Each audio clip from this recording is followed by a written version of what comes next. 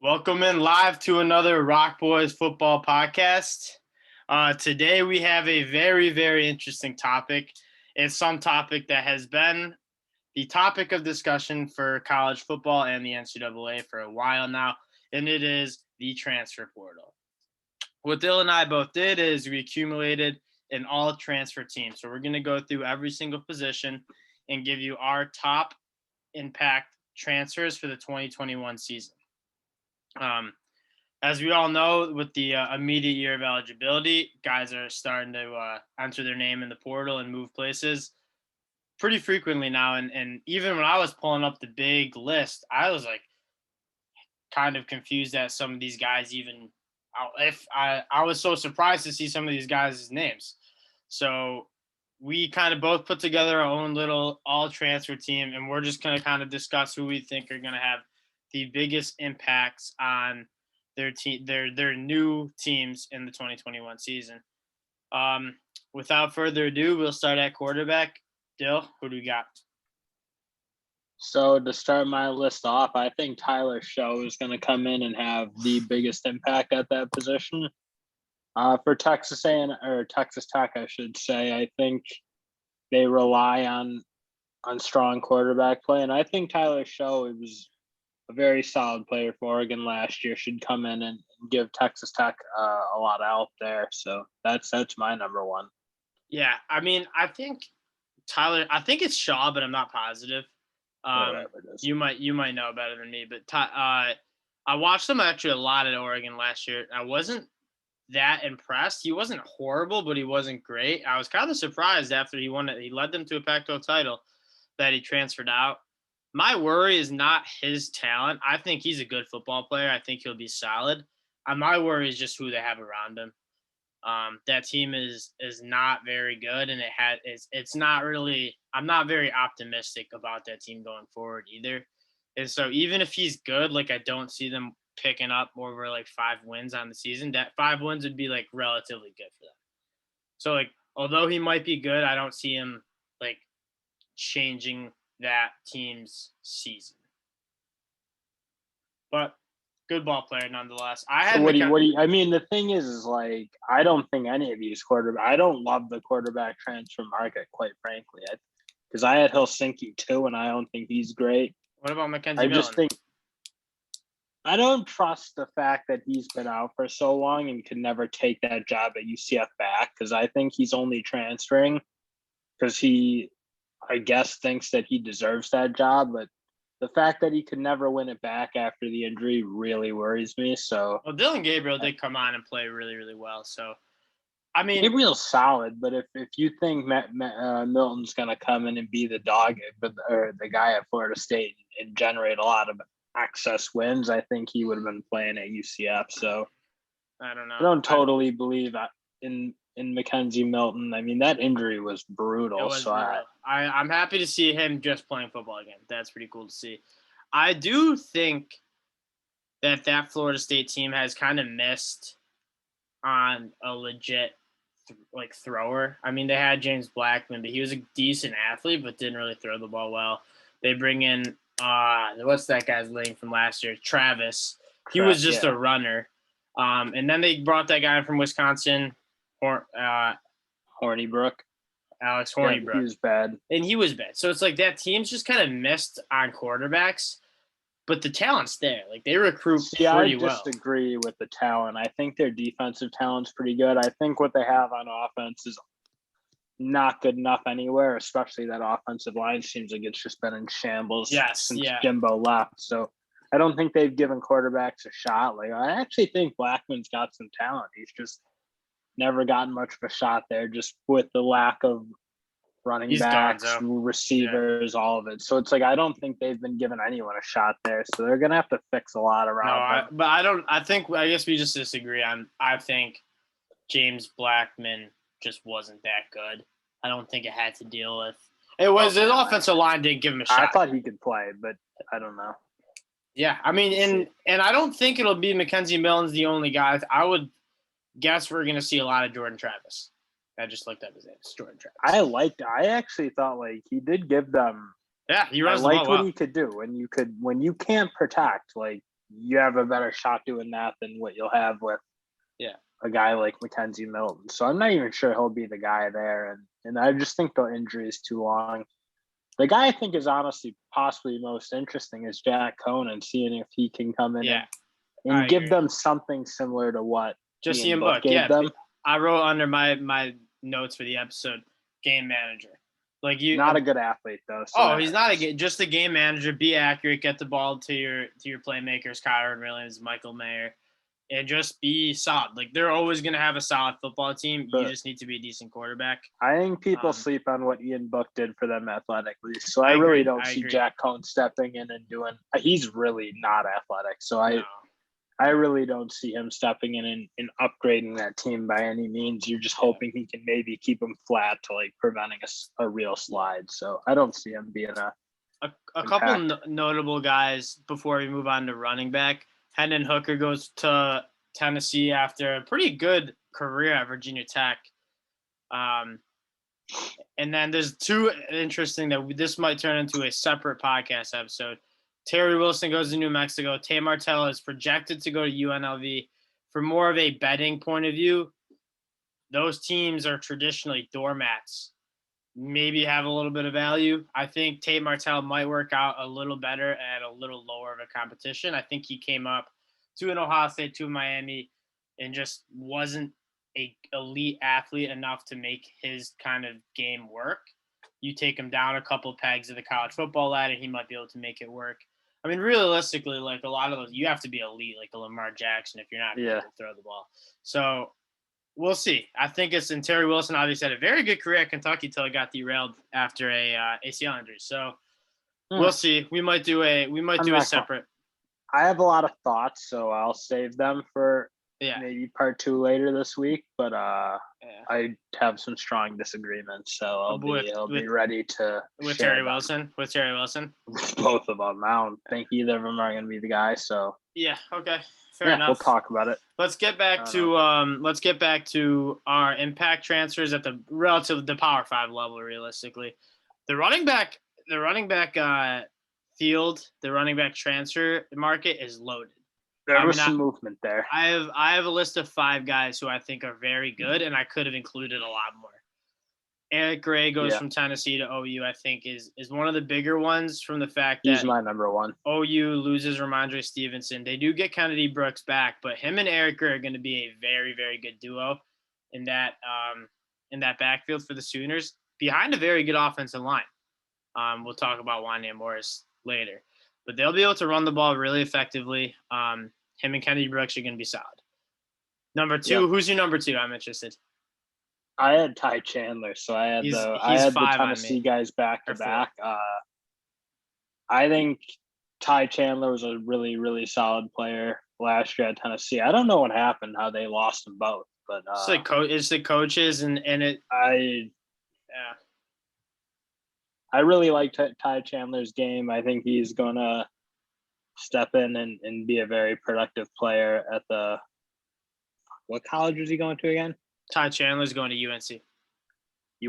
So, and obviously there's going to be some massive shoes to fill at UNC with the 2 guys leaving for the draft. So. I think it's a great fit. I was just saying that. Like that, to me, it just makes sense that he's going to be the guy after you miss those 2 really, really good players. But yeah, Eric Gray and Ty Chandler were very, very good for Tennessee for a long time, and they'll kind of see what they can do at other schools, I guess. My second guy is Keontae Ingram. He's coming from Texas to USC, and so a lot of guys transfer for different reasons. His reason to transfer is simply got squeezed out. I mean, he was a very highly recruited running back, and he was very, very good running back at Texas. Bijan Robinson comes in. We saw what he did towards the back half of the last season. He didn't stand a chance. He has to transfer. On the Keontae Ingram front, I don't see him making a huge difference just because really all he's going to do is hope to replace the guys they're going to lose. And they're losing too with Stephen Carr and Marquise Stepp, both Marquise Stepp. But why are they transferring? Because they didn't play. They weren't good at USC. Like both of them just didn't crack it. They went I don't think Keontae Ingram's like Oh, he's good. All Pac-12 guy. He will be he will be an all Pac-12 guy this year. He's a solid running back, but I think Bijan Robinson squeezed him and gave him nothing because he's not a dynamic. He's just a very run-in-the-mill. I don't think he has a ton of. I think you're confusing. Like he got squeezed out because Bijan Robinson is a generational talent. Like Bijan Robinson is but if you're all Pac-12, you find a way to hold on to some reps. He got nothing by the end of the year, so I don't see that as a great prognosis move. And I just didn't like the game. I thought he was just a very solid, but solid doesn't get you all Pac-12 or all conference anywhere. So I think you're really selling him short there. I think he's very good in space. He made a lot of guys miss in the Big 12, which isn't really saying much because the tackling in that conference sucks. We're just gonna have to stay up Saturday nights and watch some Pac-12 football because the next guy on my list, I'm about that life, is UCLA Zach Charbonnet. We know me and my brother are big Michigan fans. We were on the Zach Charbonnet hype bandwagon, and he looked good for a certain amount of time at Michigan. He won't be starting there though, because that number 29 on UCLA is a very legit running back. So I think he's playing second fiddle. I think the only two guys who are really going to come in and make monster impacts are the two Tennessee guys, because they have I think Ty Chandler could give UNC something that close to what Javonte Williams gave him, just be that really solid all-purpose back and keep the train rolling. I think, so I guess in a sense, I don't see him as a huge impact. I think Eric Gray is the guy who really can make a difference because he'll be at least as good as Kennedy Brooks in my mind, and in being able to essentially come in and give them some more explosive, heavy hitting running style with the ability to make big plays will really jump off. And everybody else I kind of see as filling gaps, even Ty Chandler, he's just trying to replace what they gave him last year. So I don't see that class, albeit a very talented. You could essentially say Eric Gray is filling in. But I think he's quite a bit better than Ramondre. So I loved Eric Gray personally. I love Eric Gray. Huge fan. I think he could be a Heisman contender in the right system. The only problem is I actually don't hate that take, but it's going to be a split backfield there. So I'm not saying he will be this year. We did talk, but I'm saying his talent is he's more talented than Ramondre Stevens. Yeah. So that Braden Brown cat from UCLA, he averaged 6.6 yards per carry on 82 touches. That's actually pretty good. See, I just think that in my opinion, the talented as the class is, they're all coming in and hoping to just replace. Yeah. I don't think any of them besides Eric Gray have the potential to go to the new team and add some, a lot from what they had last year. So that's kind of my thoughts on the class as a whole. Zach Charbonnet will bring a little bit different of a. Well, I think this Britton Brown guy's pretty. He's listed at 6'1", 210. My thing is he won't be the guy though. I think that number 29 for UCLA now is really really good. Yeah. He played at Duke and he transferred to UCLA last year. Didn't really crack it at Duke. He got 130 carries as a freshman, and then went to 80 to 12 the next 2 years. Probably injuries. He only played in 3 games his junior season. We'll see. I think Zach Charbonnet will carve himself out a role. He's 6'2", 220. He runs the ball hard. My problem with Zach Charbonnet, and I think the problem with Michigan is when he gets to that second level, he has a really hard time making guys miss. He'll run through you. He'll fall forward, but he doesn't really make anybody miss, and not really having that home run potential in that shake, I think, was kind of the limiting factor to his game. Yeah, so it's. Let me give you one more. I had 2 more names. One's Marquise Stepp, who's going from USC to Nebraska. He's also kind of similar to Zach Charbonnet. He's just a bruiser. I'm interested to see what he does there. But my guy I want to talk about is DeMarcus Bowman. He's coming from Clemson to Florida. Now, Florida's got 5 running backs. That running back room is dummy talented. Yeah. I'm almost confused by this guy because obviously he's transferring from Clemson because he wants to play more. He was only on the field for 12 snaps last year. And so he's a former 5-star recruit, the top 20 recruit in the country. So he was in front of Tank Bigsby. Tank Bigsby was 40th. He was 20th. So like this guy's got some pedigree to him. Wants to play. Didn't really get to play at Clemson. Yeah, he has some pedigree in high school. We didn't really see much out of him. And he goes to Florida where that running back room is full, and you'd assume that they're going to run the ball a lot this year. We'll see what he does. It might not. So I maybe shouldn't have included in this list for 2021 because I don't know if he'll beat out like Dameon Pierce there. But definitely a guy to keep your eye on in the coming coming years. All right, let's move on. Running back. I think that was this in the wide receiver class. The running back and the wide receiver class were the two most talented groups. So getting to the receivers, I had 3 on my list. How many did you have? I personally put 4, but I think 3 are gonna be impact guys. Give me all 4 of you guys. So I think Charleston Rambo is obviously number 1, and that's not even close. I mean, I think Wan'Dale Robinson will come in and be a productive player. I had Puka Nacua because he played a lot and was really good last year. So we'll see what he can provide. And then I put Eric Gilbert on there, even though I personally think he's going to play tight end. But, I mean, the talent is there, so I think he's going to be an impactful player for Georgia. I think that's a somewhat of a thin pass-catching room anyway. So I think he'll come in and give them a little bit of production. So that's what I had personally. But yeah, I had those 3: Eric Gilbert, Wan'Dale Robinson, and Charleston Rambo. I'll give you the reasons for all my guys. Charleston Rambo, we talked about him on the ACC podcast. Part of the reason why I'm very high on Miami is like they missed that big target who runs good routes and can catch over the middle. He will give you that. And then leave it to like Mike Harley and Pope and Higgins to kind of blow the top off of the defense. But Charleston Rambo is a very, very refined, professional, big wide receiver, which was what Miami was really missing last year. Yeah, and he's super talented, so it's like he's going to be great for them. Oh, I love Charleston Rambo. I'm a little surprised he left. I know we had a little bit of a falling out with the coaching I think staff, it just didn't work there. Yeah, which is. But I mean, it did work on the field, so it was interesting to see him leave. Wan'Dale Robinson is. I was trying to think of a comp for him.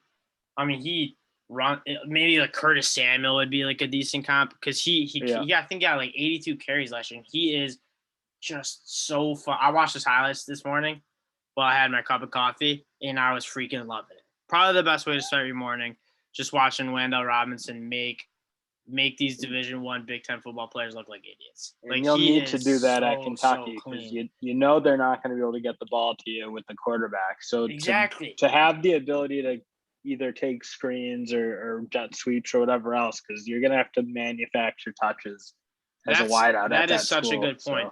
Shout out Kentucky because I think he will be very good for them.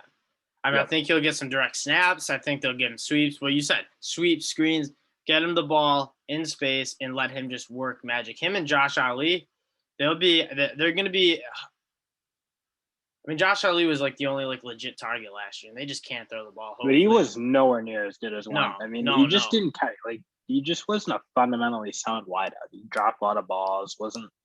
I don't know. I didn't love his game me neither. As much hype as he got coming in, but. I think the hype he got was because he's the only functional receiver on that team. But Wan'Dale Robinson, I cannot wait to watch him play football in the SEC. I'm a Kentucky fan. I rock with Kentucky.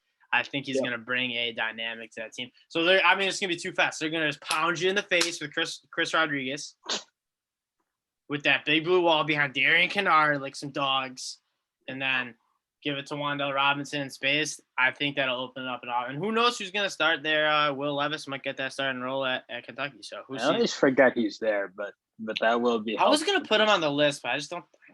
They need a guy who can spin it a little bit. They've had 5 years. It seems and Will Levis can't. He didn't really do that at Penn State, but he can run the ball. So we'll see what they do. Yep.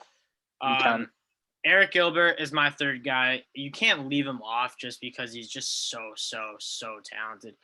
Dill's right. I see him. He's listed at wide receiver. I think he's going to Georgia to play wide receiver. which, I mean, I don't know, technically, like, wherever you put him on the field, he's going to be a matchup nightmare. I would like to see him, like, kind of work in the slot and get those, like, smaller safeties or linebackers and kind of like that traditional tight end mismatch that, like, Kyle Pitts was. Like, Eric Gilbert has all the tools to be that good. Yeah. Like, at LSU, he's actually really good the times he played. Like, he runs good routes, he catches, and he's very, very hard to bring down after the catch.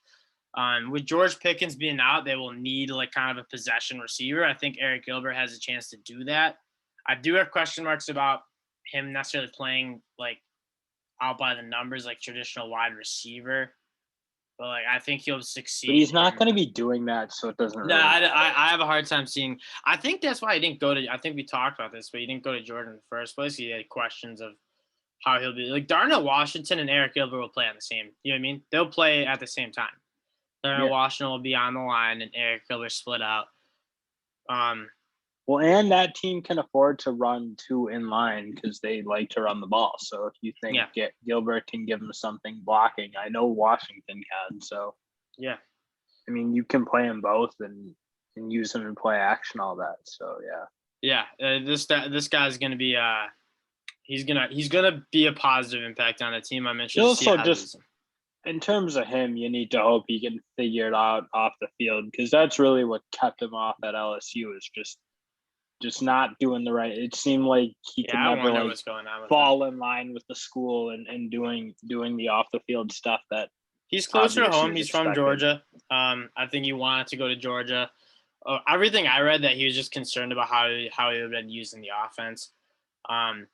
So yeah, we'll see. I'm optimistic for him. I think he's too good of an athlete to fail. Kirby Smart's going to put him in the right positions. I'm excited for him. Moving on, I think, and you talked about Puka Nacua. I think you went to BYU, right? He's going to BYU from Washington. So my thoughts are he was a productive player at Washington. So I mean, why is he doing a step down in just level. like question marks at the quarterback position for them, and I don't know why. I don't know what BYU is going to be doing there. Just saying, he's going to help BYU a lot. I know that. I mean, he could help Washington. So. Jamison Williams transfers from Ohio State to Alabama. That just tells you Alabama's taking Ohio State wide receivers because Ohio State's wide receivers are that good right now. That's kind of scary to think about as a Michigan fan. Anyways, I think that rounds out. I talked a little bit about Dalen Baldwin going to Michigan. I don't know how that'll look. Let's move on to the offensive line. I think this is highlighted by Wanya Morris. I mean, he's a former 5-star. I don't think we didn't really see him put it all together at Tennessee. He was by no means bad, but I don't think we kind of similar like Trey Smith. Like he has the tools. We want to see him put it together. He was good. I am very optimistic for him going to Oklahoma. Yeah. I think he's probably going to play left tackle there. So definitely they're filling him in for Eric Swenson, who I don't think they've gotten what they wanted to out of him. Yeah. So I think he's going to be out and Wanya's playing left, which will give them an upgrade at least. Yeah, so. 6'5", 320, tools to do it, athletic ability to do it, former 5-star.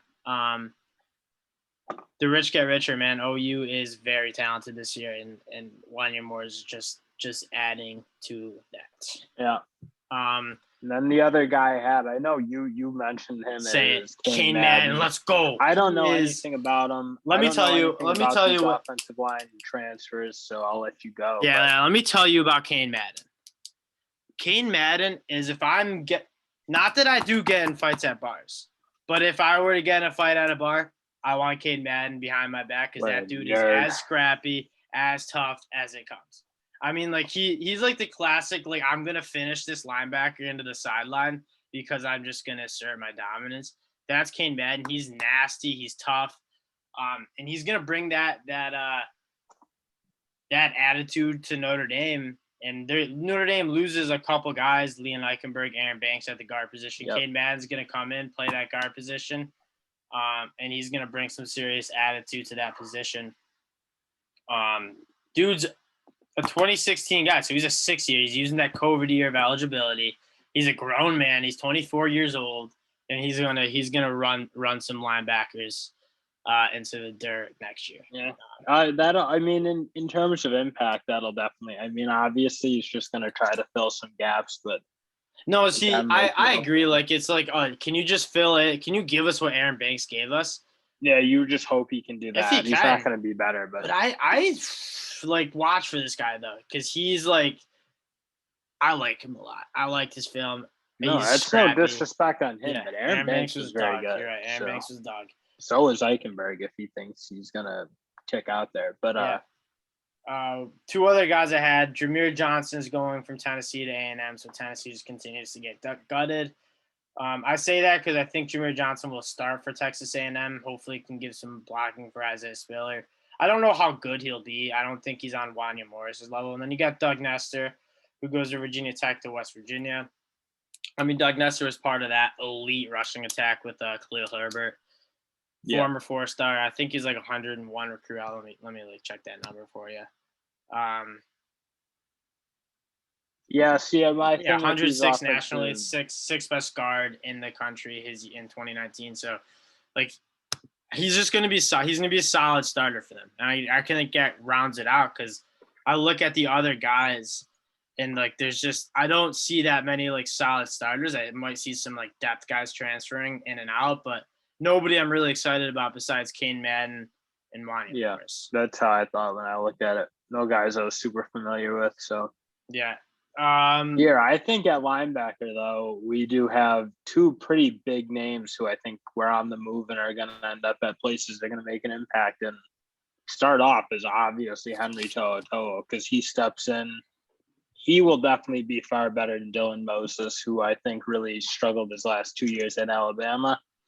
And him and Christian Harris is going to be a real problem for Alabama. And that defense might take a real step because they're not losing a whole lot to the draft as usually Alabama would. Like they did lose Barmore and Moses, and Surtain is the real big loss I think they're going to take, but otherwise, you're getting some NFL caliber players back and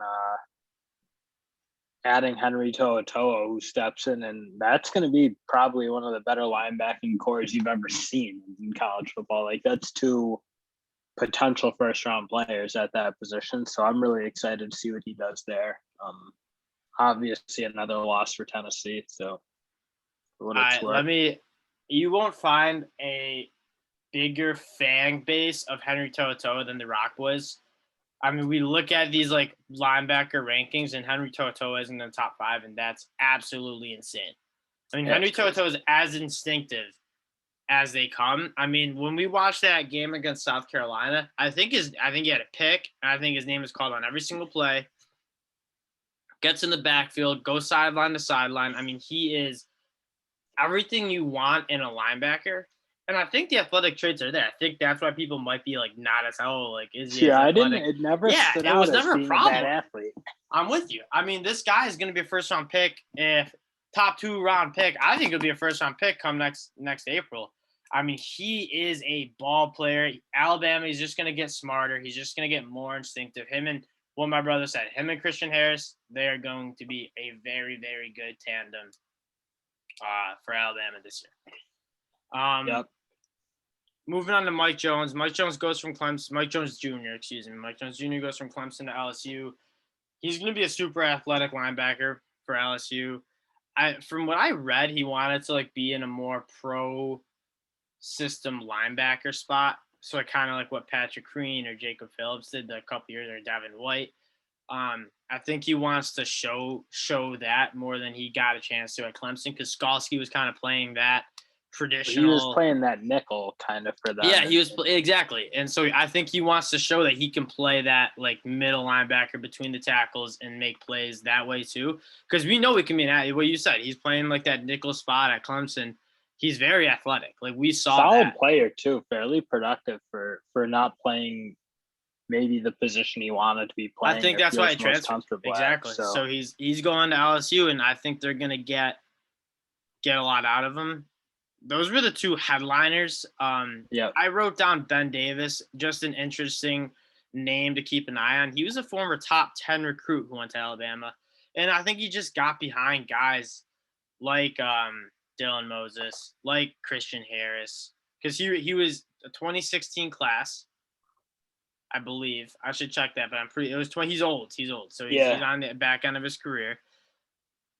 Was a top 10 recruit, and I think he just kind of got Dylan Moses came in. It was very, very good. Christian Harris, very, very good. So he kind of just got phased out, squeezed out. He never really played. We obviously know he's an athlete. He's going to Texas, who just lost Juwan Mitchell, so they have overshown, but they need some other help. We'll see if he can get on the field. I'm interested to see what he can do. Just a name to keep your eye on. Won't be hard to be productive at Texas compared to last year, because I really didn't think they had much in that linebacking core. So he might be able to help them for all we know, because they were really bad. So I like to keep an eye on those guys who are really, really big out of high school, and then just maybe it didn't work out in Tuscaloosa for whatever reason. Get him in a different system. He follows Steve Sark, so I wonder if he had like a relationship with Steve Sarkisian. You know what I mean? Like or Sark was like, hey, like, why don't you come play for Texas? Like, I like what I saw out of you in practice. Might have. Who knows? A chance that happened.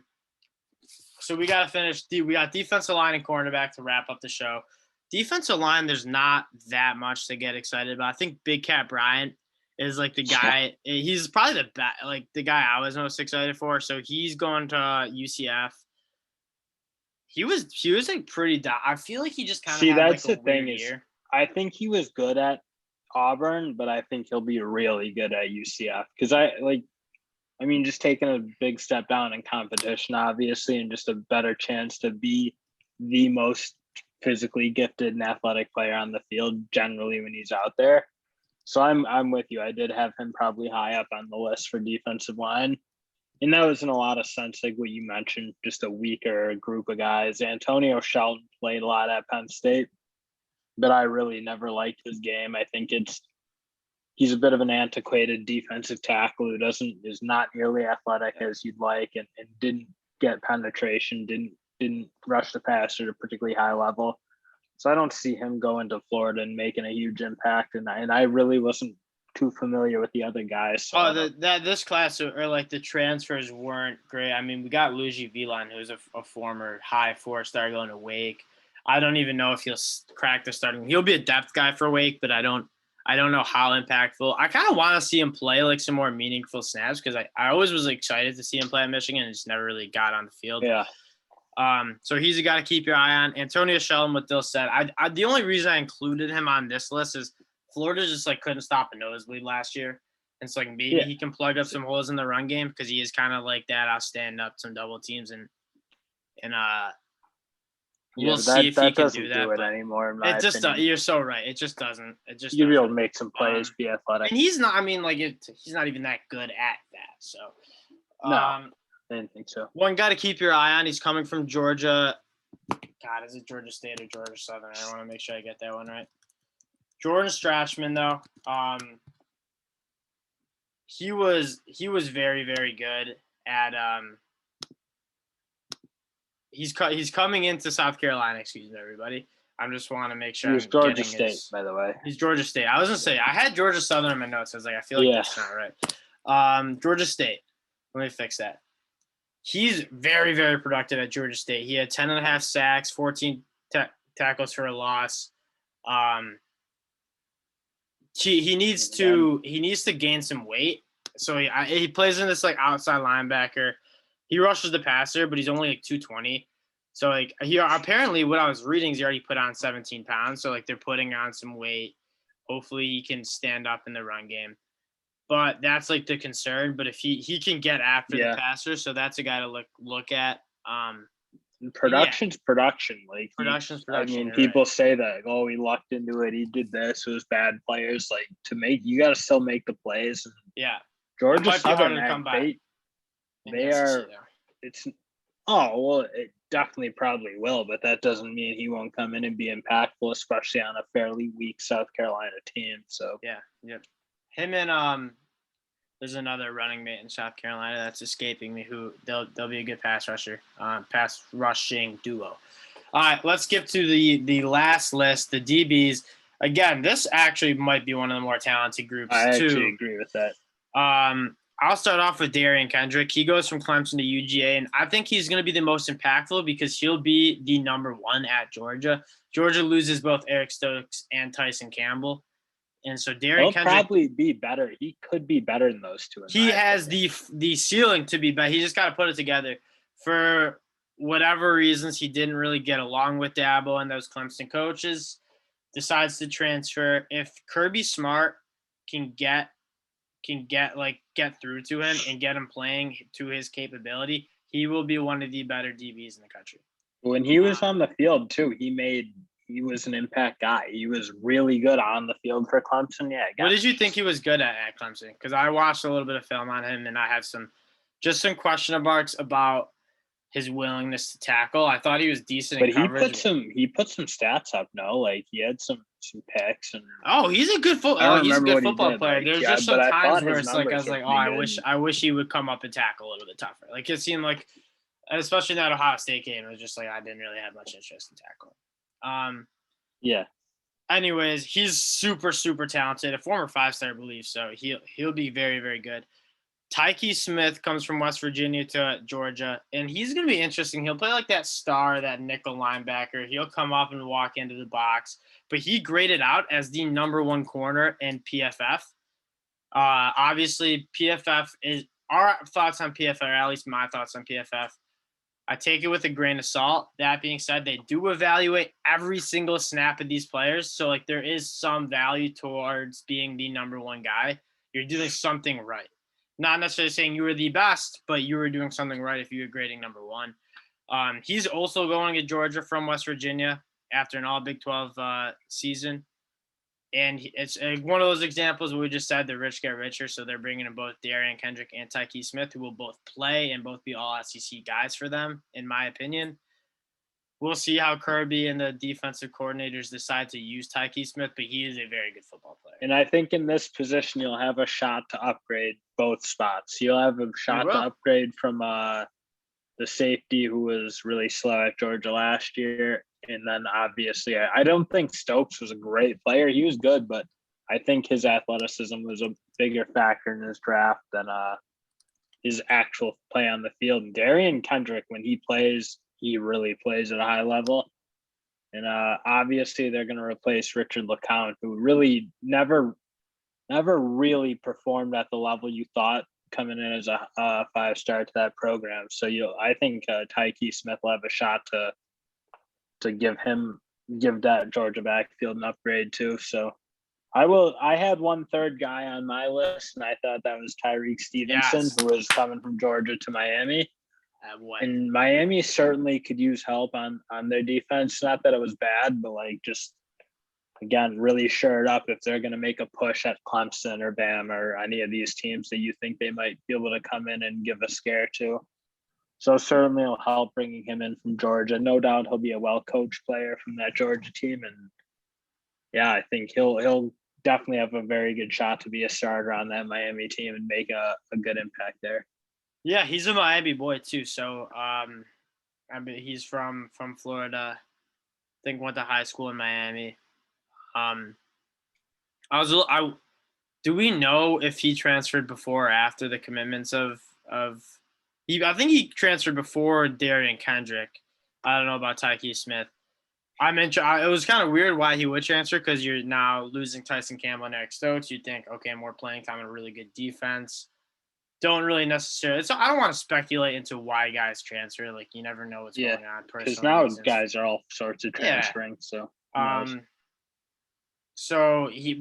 He's a top 40 recruit. He was a number 3 cornerback in his class in 2019. Coming to Miami in that Manny Diaz defense, I'm excited to see what he brings. He for sure will be in it. He will be on the field. Him, Al Blaze Jr., some other guys, Bob Bolden in the secondary. Like that secondary will be pretty solid for them. I think the question is, can they rush the passer like they did last year with Jalen Phillips and Quincy Roche? But he'll be a good football player for them. I added Jaden Lars he's coming from Florida State to BC. He was a former 5-star. I noted him because he was good at Florida State. He transfers out for whatever reason. And BC doesn't really get those type of athletes all the time. So it's like you never you never know what he'll do in that defense. And BC's a team to keep an eye on. They got some good football players there, and Jay Flowers and Philip Jukovic. I don't know how to say his name. Jurkovic, whatever. Good football. I love him. I really did like play him. Really well. I should if I like him so much, I should learn how to say his name the right way. And yeah, is there anyone else you want to add? Is there anyone else we might have missed? I don't see one offhand. I think leaving the small school transfers who are coming from the big names to the little guys, I think would be an interesting point to bring up. But I don't want to get into it now because I think that could be a very long discussion. But to close up, we will a lot of big shakeups. So I mean, and it's going to be what it looks like for now on with this immediate eligibility. Which I don't think is last guy I will note is Luke, and we don't know his home yet. Is Luke McCaffrey because it's Rice. He's going to Rice. So snoozer. We can just cut. That hurts. We'll edit that one out because. Well, I will. I mean, he's going to make a huge impact there, but on Rice, okay. We can talk about that as the small schools transfer. Obviously, he'll make the B tier episode of this. But to close out, we gave kind of our transfers to watch in 2021 at the Power 5 level. Their impact is only going to be extreme for a couple of those guys, obviously. But some names to keep an eye on. We're going to do a second episode, which is talking about what Dill kind of mentioned. Those big name guys like Tate Martell, Luke McCaffrey, they transfer into those, even Dylan McCaffrey transferred to Northern Colorado. Those smaller schools, and for like our betting segment, we want to look at those guys and see are the books evaluating those guys correctly. So is Tate Martell, how do they value UNLV with Tate Martell? Are there some opportunities there? And so we'll look into for you guys some of those big names that just didn't really make it at what the Power 5 schools transferred out. We'll do a quick 30-minute episode on that. Talk about what guys could have a good impact on those teams. But for now, we gave you our top transfers for the 2021 season, and as we get closer, we are going to continue to put out some sweet content for everybody. We'll start talking about games, spreads, and lines soon. But for now, we appreciate everybody listening, and we'll be back with more later this week. Peace.